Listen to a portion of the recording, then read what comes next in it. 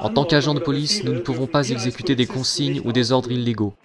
Actuellement, nous avons non seulement le droit mais le devoir de manifester. Mon nom est Michael Fritsch. J'ai 57 ans, je suis inspecteur en chef d'investigation criminelle. Quand j'avais 17 ans, j'ai commencé à travailler dans la police de Basse-Saxe. Je n'ai rien connu d'autre. Mon père était policier, mon frère est policier, et je suis le père de 3 hommes formidables. Je suis en réalité un ami de la parole libre et de l'improvisation. Cependant, étant pleinement conscient de l'importance et du possible impact de mon discours, j'ai décidé pour cette fois de le préparer et de le lire mot à mot. Et croyez-moi, j'ai mesuré chaque mot avec attention. Les chefs de département de police sont des fonctionnaires politiques. Quelqu'un peut-il faire carrière dans les pouvoirs judiciaires s'il prend des décisions politiquement indésirables?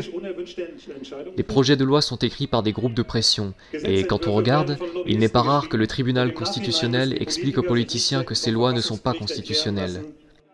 Et les médias...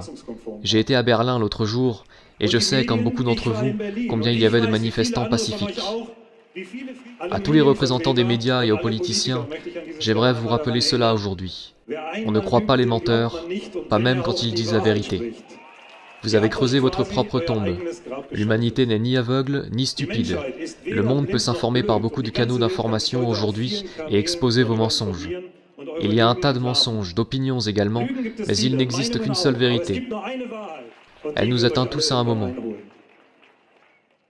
Aujourd'hui, j'aimerais dire quelque chose sur le paragraphe 5 de la loi de protection contre les infections. Ça parle des épidémies d'ampleur nationale. Paragraphe 1. Le Parlement fédéral allemand déclare une épidémie d'ampleur nationale. Le Parlement fédéral allemand annule la situation d'épidémie d'ampleur nationale quand les exigences de sa déclaration n'existent plus. J'ai vu une vidéo en venant ici du professeur Sucharit Bhakdi.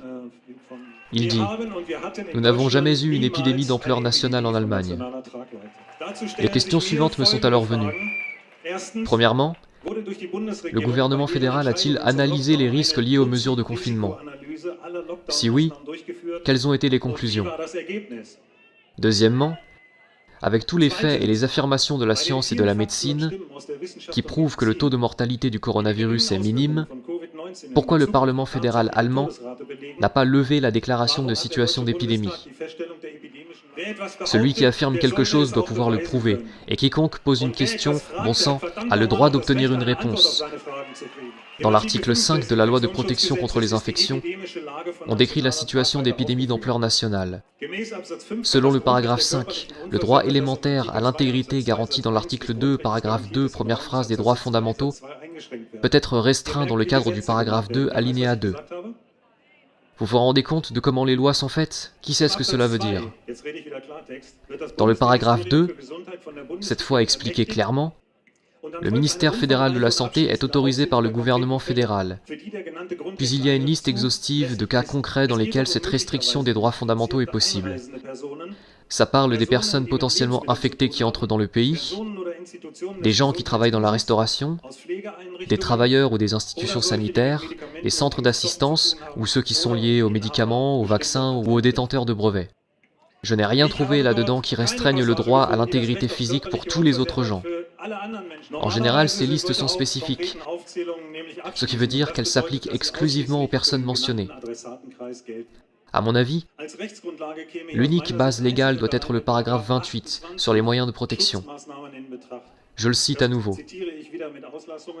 Si nous constatons des malades, une suspicion de contamination, de propagation, les autorités compétentes prendront les mesures de protection nécessaires, notamment celles mentionnées dans les sections 29 à 31, à la condition qu'elles soient nécessaires pour prévenir la propagation des maladies contagieuses.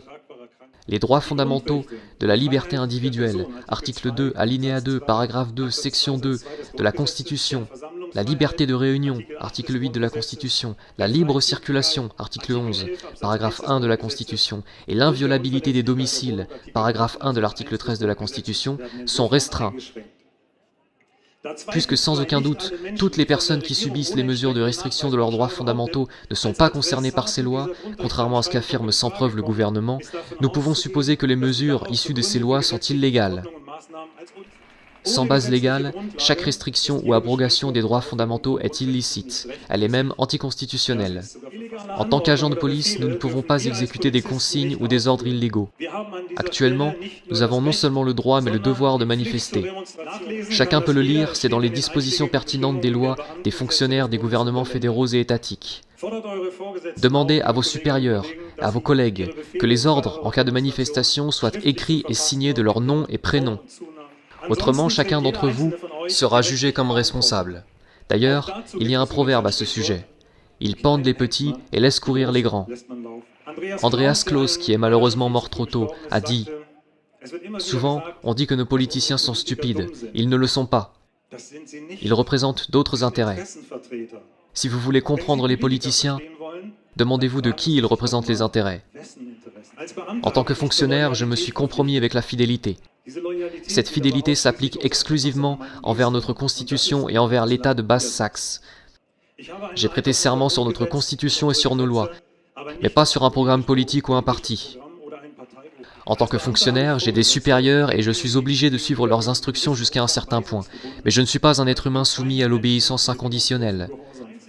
Je sers tous les gens et surtout ceux qui se trouvent en situation de détresse, parce que je suis un protecteur. Chers policiers, écoutez votre cœur et demandez-vous si vous pouvez faire tout ça en tant que personne, en tant que père et mère, si vous voulez vraiment prendre part à ça. S'il vous plaît, pensez à votre mission et unissez-vous à nous.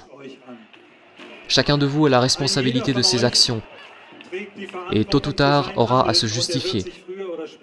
Alors unissez-vous à nous. Chaque jour nous sommes plus nombreux, vous ne pouvez pas l'empêcher, plus personne ne peut l'empêcher.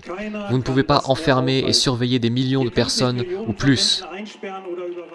La masse critique a été dépassée il y a longtemps, et il dépend de vous tous et de nos soldats de savoir si le prochain changement social sera pacifique ou violent. Nous seuls, le pouvoir policier, pouvons accomplir notre mandat constitutionnel dans cette situation et remettre le pouvoir entre les mains du peuple. Je suis sûr que mon comportement aura des conséquences professionnelles et disciplinaires. À tous ceux qui me parlent de ça, je peux dire aujourd'hui, j'ai deux questions pour vous. Premièrement, sous quelle forme de gouvernement vivons-nous? La réponse, la seule réponse correcte, est la démocratie parlementaire. Ma seconde question est, comment appelle-t-on une forme de gouvernement dans laquelle on ne permet à personne d'avoir ou d'exprimer une opinion personnelle? Et l'unique bonne réponse à cela est la dictature. Je suis au fond du cœur un défenseur de la paix, de la liberté, de l'amour de la justice. Je suis un patriote constitutionnel, je suis un père et je suis un homme libre. Merci beaucoup.